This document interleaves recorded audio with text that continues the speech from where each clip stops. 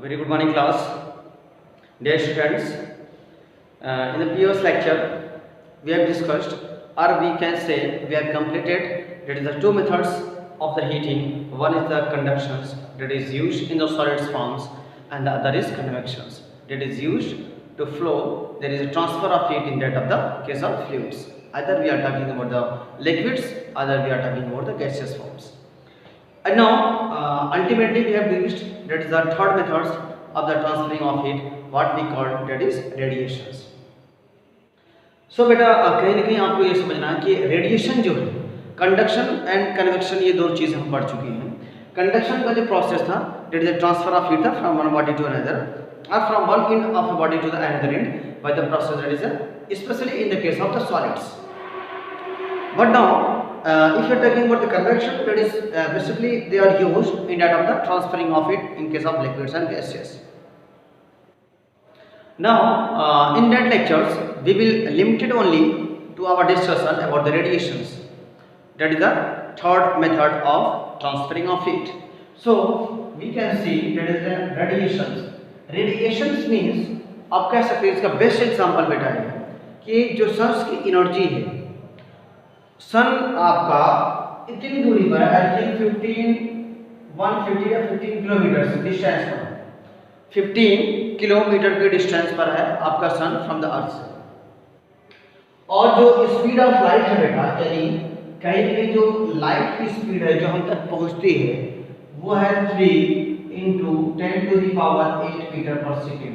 That means आप इसको 10 के बाद 3 के बाद 8 मल्टीप्लाई करिए, 8 टाइम्स 0, देखिए 10 to power 8 है ना.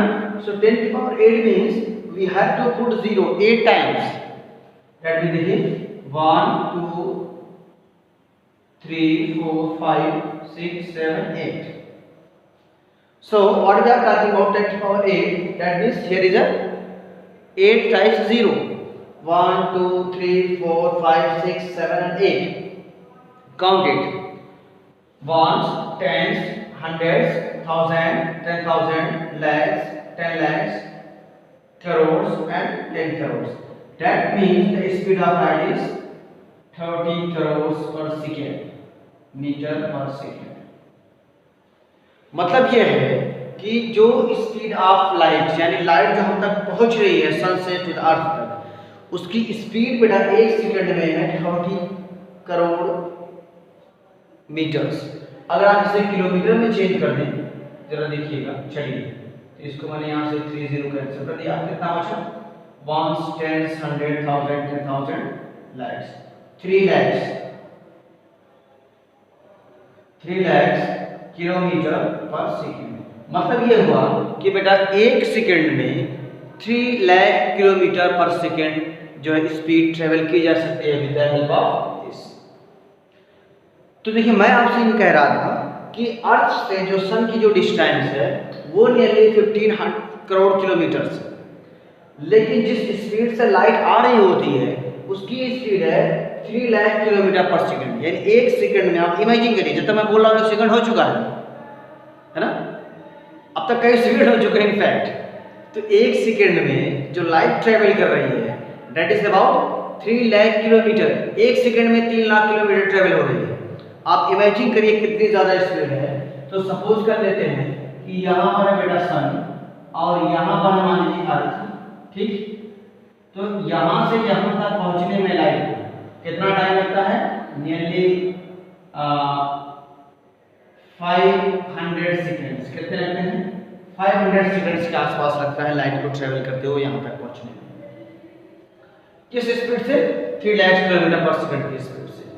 लेकिन इतनी दूर होने के बाद भी सन, ठीक है, जब ये अर्थ पर हिट करती है, इसकी जो सन्स की जो रेडिएशंस होती हैं, आपको इवन उसके बावजूद भी गर्मी लगती है. You are feeling the hotness of this. आप कहते हैं बहुत ज़्यादा गर्मी है, बहुत तेज धूप है ना, just because of the radiations की वजह से. इतनी दूर से सन की जो बेटा लाइट आ रही है, उसमें रेडिएशंस की वजह से एनर्जी प्रोड्यूस होती है, और वही एनर्जी आपको क्या करती है? That is we are feeling about the hotness और द कोल्डनेस. ठीक है. तो आप ये देख सकते हैं कि जो सन्स की जो रेडिएशन आ रही है उसमें हीट होती है, और वही हीट धीरे धीरे क्या होती है, एनर्जी के फॉर्म में कन्वर्ट होते हैं and we are feeling the warm of this. तो इस तरीके से आप यहाँ से ये कह सकते हैं कि जो मोस्ट बेस्ट एग्जांपल है आपका रेडिएशन का, आपके लिए यही आप कह सकते हैं कि सन की जो एनर्जी है, सन की जो रेडिएशन है, सन की जो लाइट है, वो जब अर्थ तक बेटा पहुंचती है तो इसमें एक तरीके की एनर्जी पाई जाती है और यही एनर्जी जो है क्या करती है, हम सारी चीज़ें जो जैसे कि फोटोसिंथेसिस का प्रोसेस हो गया या फिर ह्यूमन बींग्स के उसमें हो गए, जितने भी प्रोसेस है कहीं ना कहीं वो इस उस पे जो। लेकिन आपको जो बताना है यहाँ पे है कि यहाँ पर बेटा रेडिएशन वाले प्रोसेस में किसी मीडियम की ज़रूरत नहीं होती है। There is no requirement of any medium for travelling about this. जैसे कि मैं आपको जो बोल रहा हूँ आप सुनेंगे तो just because of the particles की वजह से। अगर हमारे आपके बीच में पार्टिकल्स, छोटी छोटी जो एयर पार्टिकल्स हैं, ठीक है, या डस्ट पार्टिकल्स, ये मौजूद ना हो तो हमारी आवाज़ आप तक बेटा नहीं पहुँचेगी। ये जस्ट पॉसिबल है because of the air particles that is present in the atmosphere. लेकिन सन्स की लाइट को यानी रेडिएशन के प्रोसेस को टेक्स ऑफ करने के लिए, टेक्स प्लेस होने के लिए किसी भी मटेरियल मीडियम की जरूरत नहीं है। ठीक, आप देख सकते हैं सन और अर्थ के बीच में एक बड़ा सा इसका हिस्सा है स्पेस, वैक्यूम है। एक बहुत बड़ा रीजन किसका है, वैक्यूम का है, जहां पर ना तो कोई किसी भी तरीके के मेटेरियल मीडियम है, इवन एयर भी वहां पर परसेंट नहीं है ना, नॉट एयर इज एयर भी वहां पर परसेंट नहीं है। सो इन दैट केसेस में फिर भी लाइट हम तक पहुंच जाती है। इसका मतलब ये हुआ कि लाइट को ट्रेवल करने के लिए किसी भी मटेरियल मीडियम की ज़रूरत नहीं है। ये मीडियम में भी ट्रेवल कर सकती है, लाइक समथिंग आप जैसे कि यहाँ पर ग्लास के थ्रू ट्रेवल कर सकती है, वाटर में ट्रेवल कर सकती है या वैसे भी, but it can also travel without the medium, जहाँ पर एयर भी परसेंट ना हो। तो याद रखिएगा रेडिएशन का जो प्रोसेस है ये विदाउट मटेरियल मीडियम भी बेटा हो सकता है और यही इसकी सबसे बड़ी रिक्वायरमेंट, सबसे बड़ी कैरेक्टरिस्टिक्स है। आपके बुक में एक एग्जांपल है, फिगर नंबर 6.7 में है, लिखा हुआ room heater, that is a room heater. Figure number है 6.7। इस एग्जांपल के थ्रू आपसे ये कह रहे हैं कि आप क्या करें, अपने रूम में किसी एक कॉर्नर में हीटर को ऑन करके रख दें और उसके बाद आप सपोज करिए विंटर सीजन है और अपने हैंड्स को आप शेक करना चाहते हैं तो आप उसको टच मत करें, अपने हैंड्स को आप हीटर से टच ना करें, उससे थोड़ा सा डिस्टेंस बना के रखें। आप देखेंगे इवन आफ्टर दैट जब भी आपने अपने हैंड्स को टच नहीं किया हीटर से, फिर भी आपको थोड़ी देर के बाद you are feeling the warm of this, आपको गर्मी उसकी ज़रूर एहसास होगी। तो आपने टच भी नहीं किया, इवन उसके बाद भी आपको हीटनेस, उसकी जो आपकी हीट है जो बेटा हीट एनर्जी जो कि वहाँ से निकल रही है हीटर से, वो आपको फील हो रही है। क्यों? Just because of the radiation की वजह से। तो रेडिएशन के उसमें जो है एनर्जी का ट्रांसफर हो सकता है विदाउट एनी मटेरियल मीडियम या विदाउट बीइंग कांटेक्ट, बिना कांटेक्ट, बिना टच किए हुए भी आपको जो है रेडिएशन या फिर हीट एनर्जी का फीलनेस आ सकती है। इन द सेम वे जैसे कि आपको सन की जो रेडिएशन, सन की जो लाइट एनर्जी है हम तक पहुंची तो हमें कहीं ना कहीं हीट एनर्जी को फॉर्म में चीज़ें मिलती हैं।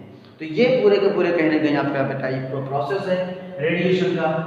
इंपॉर्टेंट चीज़ यही है जो मैं आपको बता रहा हूँ कि रेडिएशन जो है विदाउट मटेरियल मीडियम यानी किसी भी मीडियम की ज़रूरत नहीं है इसको ट्रैवल करने के लिए।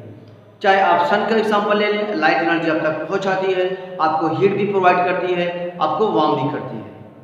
इसी तरीके से आप रूम वाला हीटर ले लें, आप ऑन करके रख दीजिए, ठीक है, आपका पूरा का पूरा रूम हीट हो जाता है और आप अपने हैंड्स को विदाउट टच किए, हीटर से बिना टच किए हुए आप देख सकते हैं कि आपका जो हैंड्स होगा वो आपको it will give the heating of this. तो ये तरीका है just because of the radiation की वजह से। सो फिर बेटा मिलते हैं नेक्स्ट वीडियो में, इसका प्रैक्टिकल एप्लीकेशन है और एक केस स्टडी है सोलर एनर्जी के बारे में। तब तक के लिए थैंक यू। और मैं देखिए सोच रहा हूँ कि अगर कल पॉसिबल होगा तो आपका एक लाइव लेक्चर रखता हूँ। तब तक के लिए थैंक यू।